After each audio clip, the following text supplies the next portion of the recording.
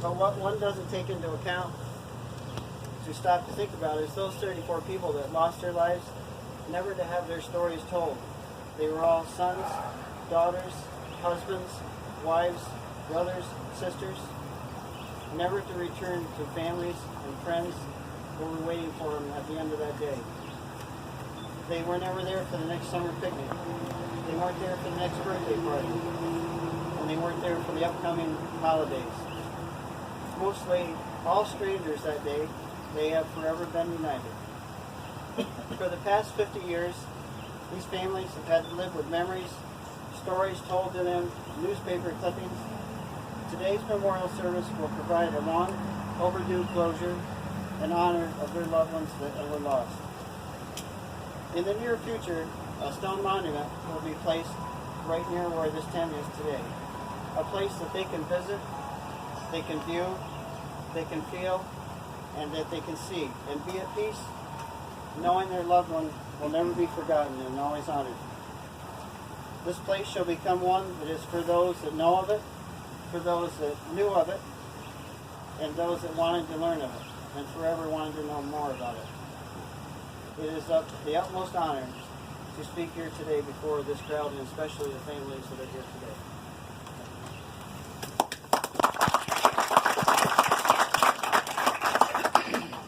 Our first speaker we have will be Shane Nickerson, and it's our Blossburg mayor. I'd like to thank everybody for coming to Blossburg today for this memorial service. I wasn't alive when the plane crash happened. It was a little bit before my time.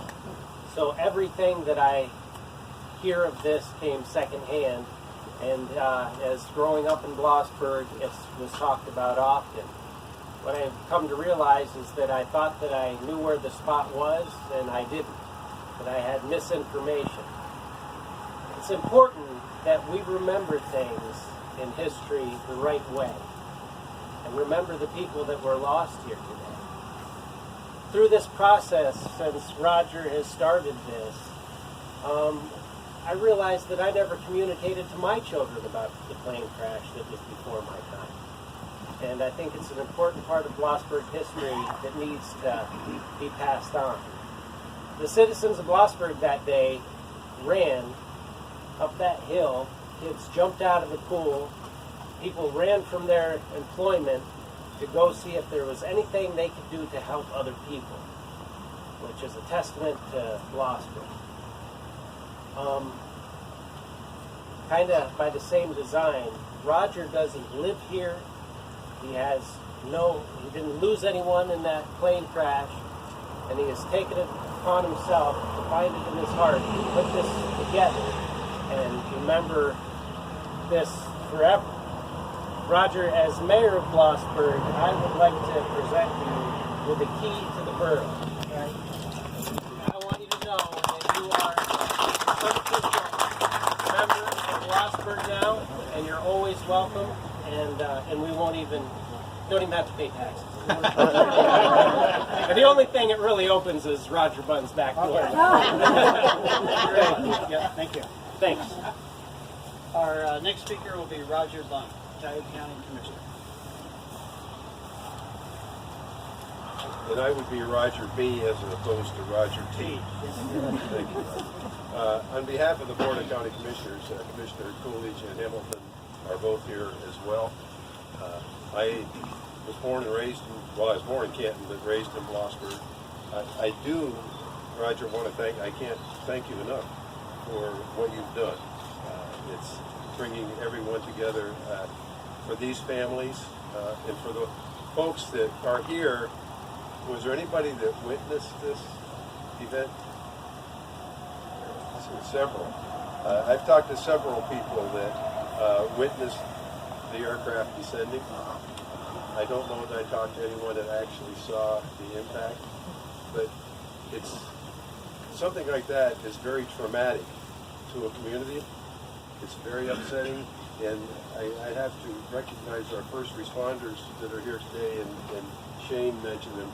Well, they drop everything and away they go. And right now, part of the Blossburg first responders are in Tioga, helping with a structure fire. I thought of what could I say. There's not much I can say. 50 years. I was away on a ship somewhere at the time, so I wasn't here. But I got a newspaper clipping from my mother saying, "Wow, see what happened here." So to everyone that's here, I say thank you for coming. I'm sure the families would love to be greeted before you leave, and just give them a warm Blossburg welcome and let them know that they're welcome here anytime. If we had a key, we'd give every one of them a key. Thank you. Thank you.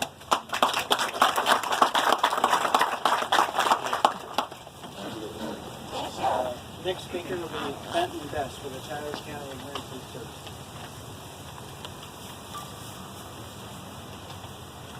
Hello, everyone. First, I just wanted to again thank the individual who has set up this wonderful ceremony and spent the time, effort, and energy to really commemorate the 34 individuals who lost their lives 50 years ago today. So thank you, sir, for doing this. We appreciate that.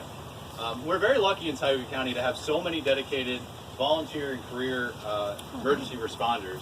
But as you can imagine, any incident as this one would have quickly overwhelmed the resource capabilities of an area like this.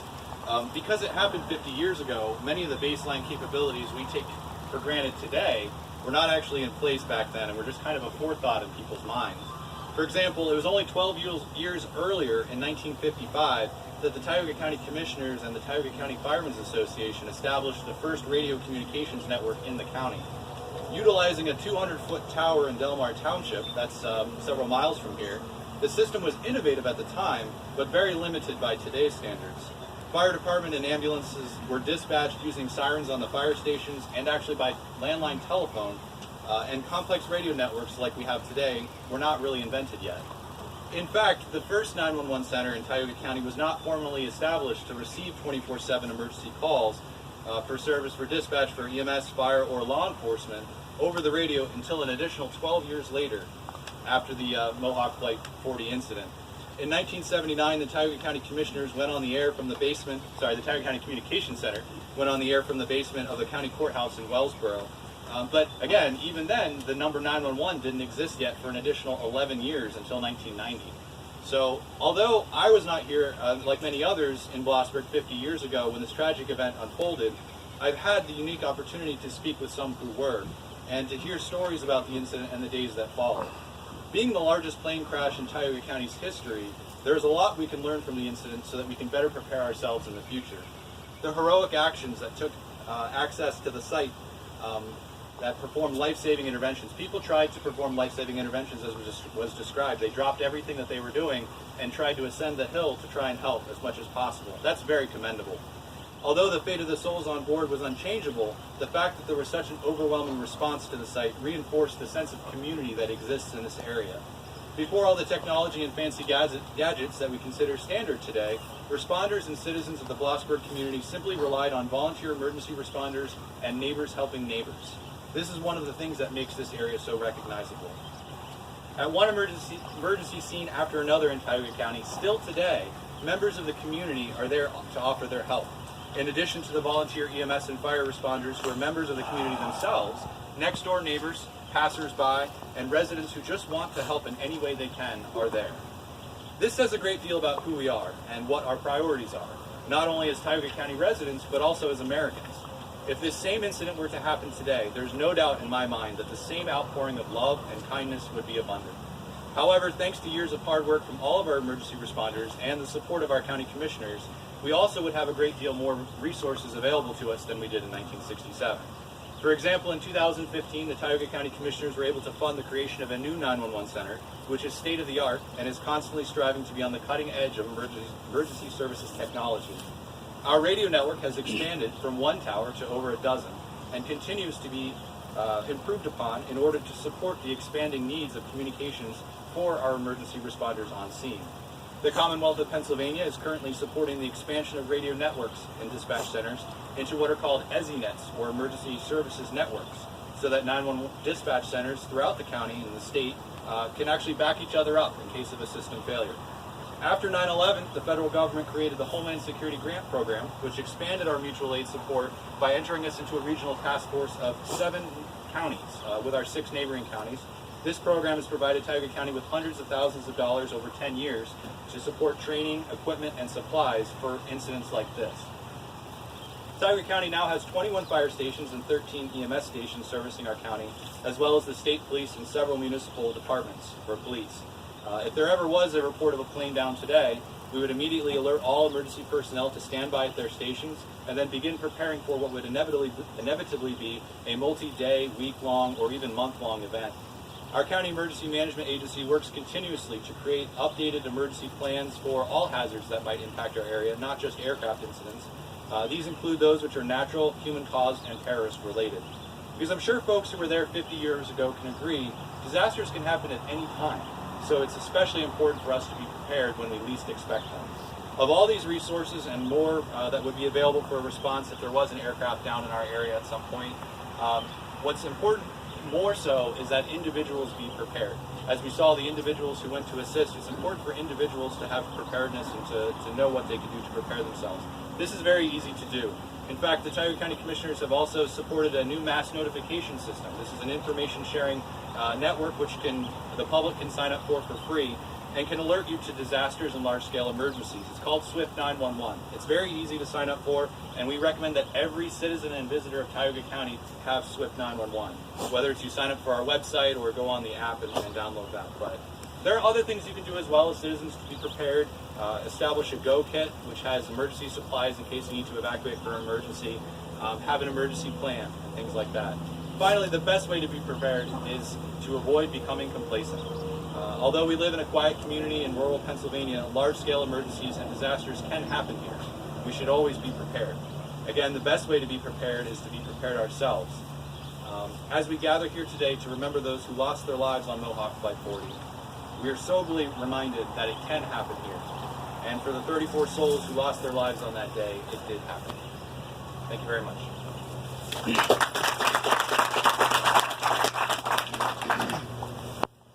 Didn't know you had so many services over there, did you, Roger? Huh? Very good. Thank you. Our next speaker will be Trooper Gary from Pennsylvania State Police. Good afternoon, everyone. It's an honor to be with you today. As many of the other gentlemen said, I wasn't even a thought at the time of the crash, but I have learned a lot about it in the short time I've been in Tioga County, which is just about 6 months. My name is Trooper George Aguirre. I'm stationed out of Mansfield, which services all of Tioga County. I've been asked to give you a brief synopsis of kind of what the Pennsylvania State Police would do in the event of a plane crash today, as well as what we kind of did at that time period. Excuse me. Our role today, as it would have been then, would be the immediate response to, obviously somebody would have called, like you were saying about the landlines. That's likely how everything came across then. There was a radio system in place, but it was not even close to as capable as it is nowadays. And even with the radios we have nowadays in Tioga County, with this world as it is, we kind of have issues with it sometimes. But it's a million times better than it was then. So our initial response would be to come to the area to secure the scene, and simultaneously we would be searching for survivors, and obviously rendering any aid we could possibly do. After the scene was secured and any survivors were located, which in this case unfortunately they were not, our job then at that point is to cordon off the area and just keep it secure for the investigation to begin. At that time, the Civil Aeronautics Board, which is now the National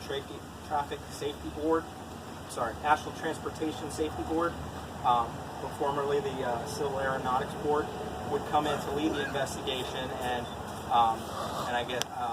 as I gather, the owner of Mohawk asked that the FBI at the time come in to assist with the investigation as well, to which they did. Typically, the Pennsylvania State Police, our job would be limited to that security, as well as providing a command post for communications to be had for the investigation to take place.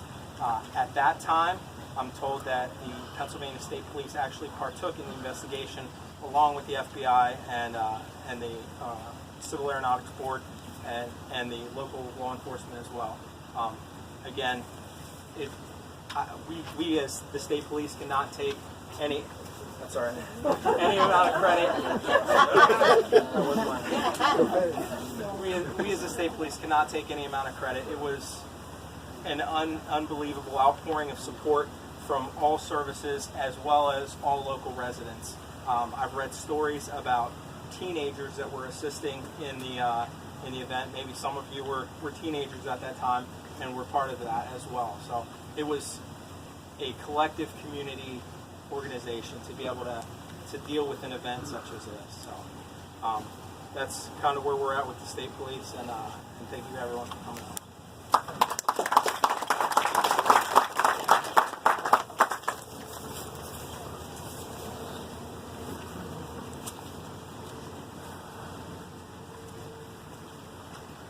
We're running a little ahead of schedule. If anybody in the crowd wants to address for a few minutes here on some information that they had on the crash at that time, or any information that you'd like to share with the families or rescue, or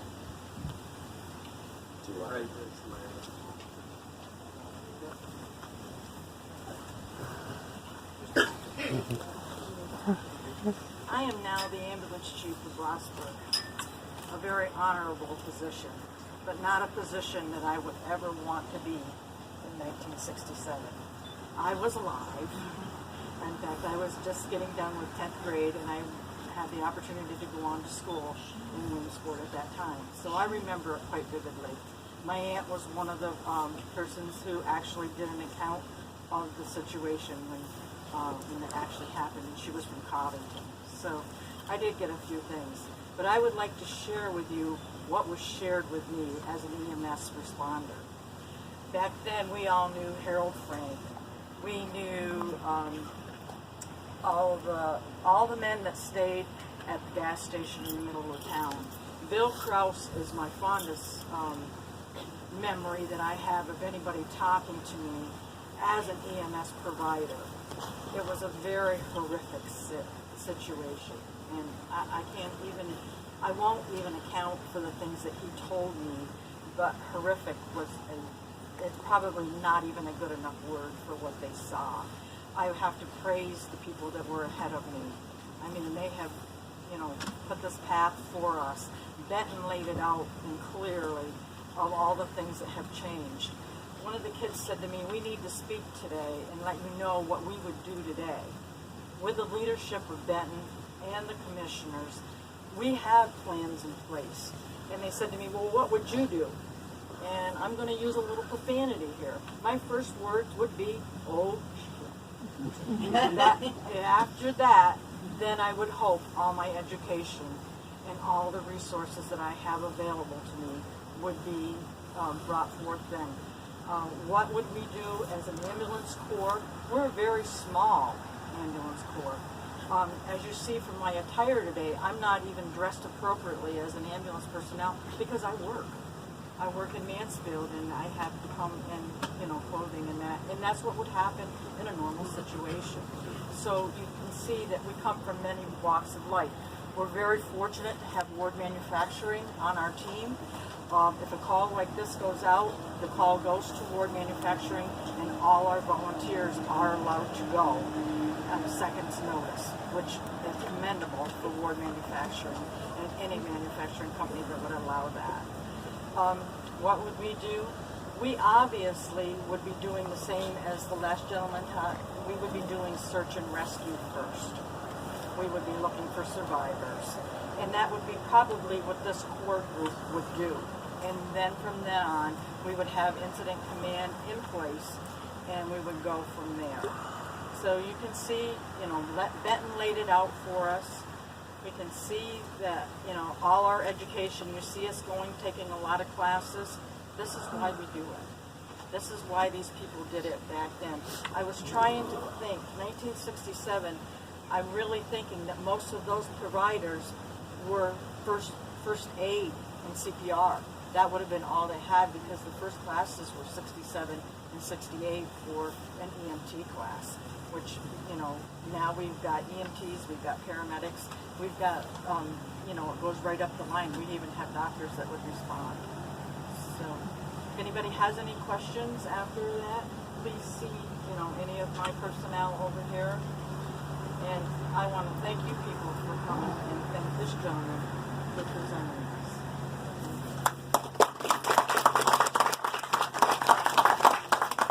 Before I forget, if anybody, there's a cooler here with ice water if anybody wants it. That includes the speakers as well. Make a couple comments. Yep, go ahead, sir. Thank you. My name is Jack Ekman. I'm a resident of Blossburg. I was old enough and around when the plane crashed. And I just want to tell you a little bit about my experience. Cubby Hodder and myself were standing in the foundry on the loading dock when the plane went down, well, when the plane had gone down. And we left the foundry approximately 3:30. We probably got to the site by 4 o'clock. Cubby Hodder lives up lake, so he knew exactly where to go. When we got in there, there were very few people around. There was no tape around. There was still engines smoking and things, so we were very early on the scene. Terrible scene, I'm not going into it. But one thing I want to comment on is, you know, we're a little town, a lot of great people. But you stop and think of logistics. If something like that happens in a little town, it overwhelms the mortuaries. How do you deal with 37 people? You have maybe 2 funeral homes in the community. How do you provide services for those 37 people? It's a remote area. Jones and Braggs were fortunate enough, they had a bulldozer near there. They put the road in. Actually, when we were coming out, they were just making the road. We met the bulldozer making the road back in. And, you know, so many volunteers, so many people. Then all the people that come in, news media, by the way, flock into your community. They want to get to the scene. They want to take pictures, do stories. You know, how do you provide services for them? Where do they stay? You know, then after they took the airplane and took it up to Morse Run in Eugene House, had a pallet factory up there. They put the plane in there and then they reassemble it to make sure it wasn't sabotage or anything like that. So if you just look at the logistics of something like that happening in a little area, how many hundreds of people have to come together just to provide, you know, the best services we could. So I think everybody that provided time and deserves a thanks. And for all the people and for you putting this memorial in, I think it's great. Thank you.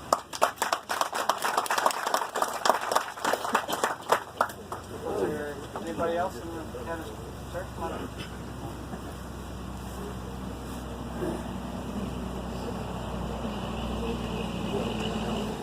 My name is Miles Wood. At the time, I was a school teacher. I was working at the swimming pool, managing the swimming pool. I was standing just inside the basket room door on a cement floor, and for some reason, I felt something in the ground. And just a few seconds later, I heard this tremendous explosion, and I went across and stepped up onto the deck. And as I stepped on the deck, right over this hill was this gigantic fireball coming up. Somebody yelled, something exploded at the mines. And someone else says, no, it was an airplane. Friends of ours were traveling from Elmira, New York to visit us that afternoon, and they actually saw the plane before it went down, and they said that there was smoke coming from the tail. After that incident, I was teaching some lessons mornings at the high school, and as I would walk down, in back of that time was the Borough Building, was a refrigerated tractor and trailer unit. And I was told that this was the remains of the people that were on that flight, and they were doing forensics in the Borough Hall. Short time after that, I had opportunity to have to sit down with the local mortician, Lou Auld. Many of you remember Lou. And it had nothing to do with that. When I went to the door, he says, "I'm glad to see you. Come in and sit down." And he talked and talked and talked to me for well over an hour just to get himself settled down from this, because he was in on helping with the identification. Thank you.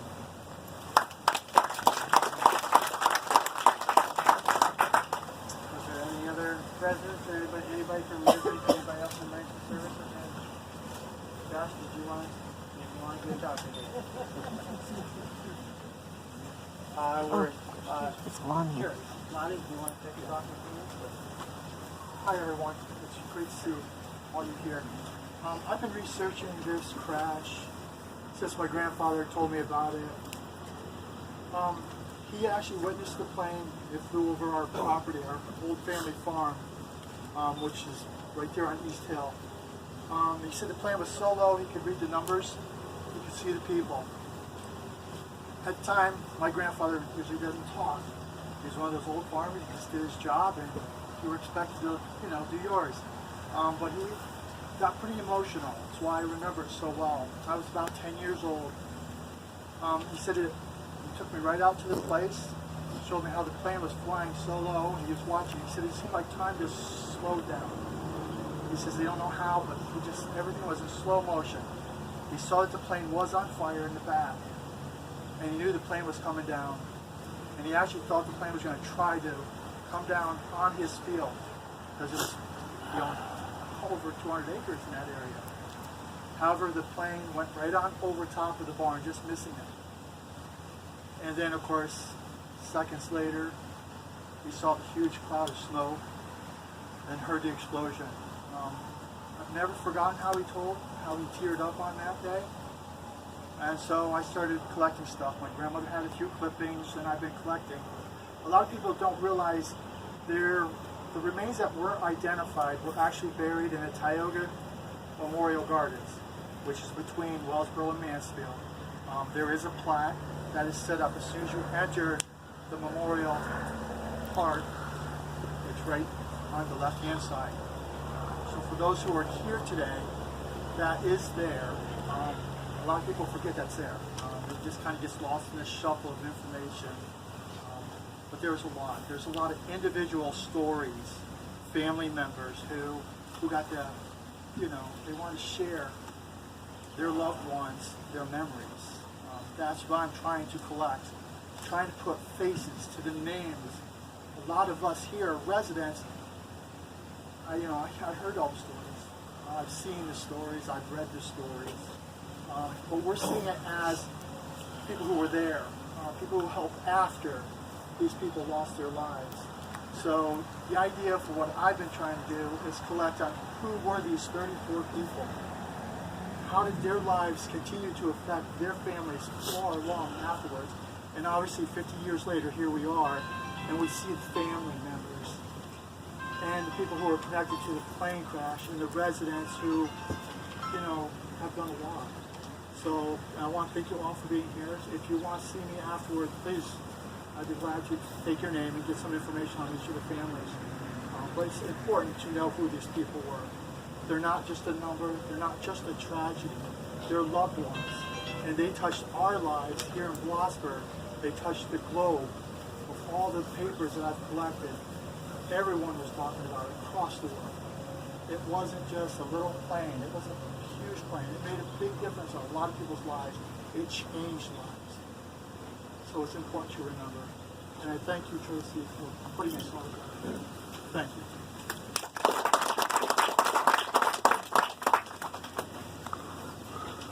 There, Leanne, you want to talk?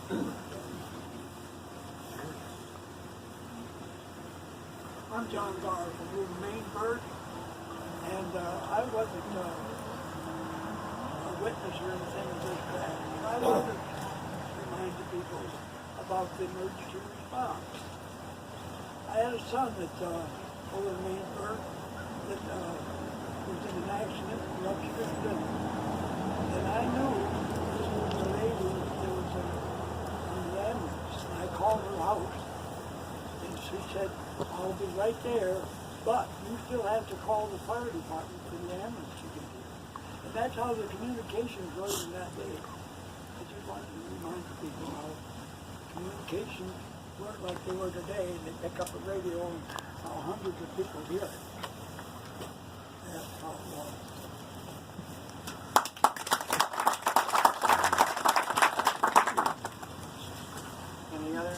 Anybody else locally and have some stories to tell? Somebody back there? Come on up.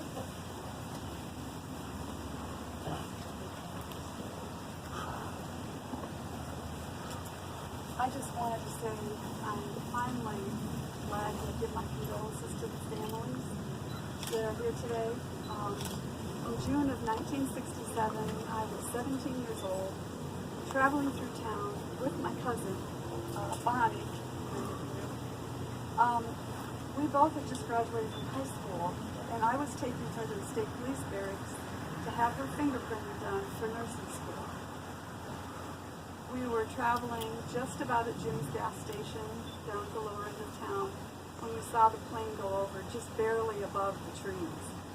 And that has haunted me forever, knowing that those people were looking out the windows at us.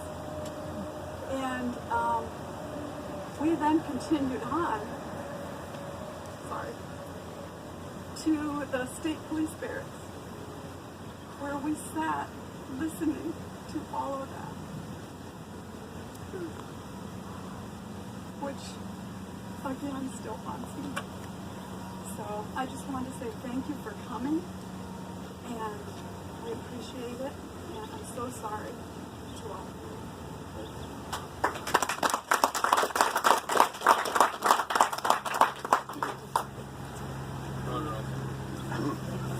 You got him primed up now.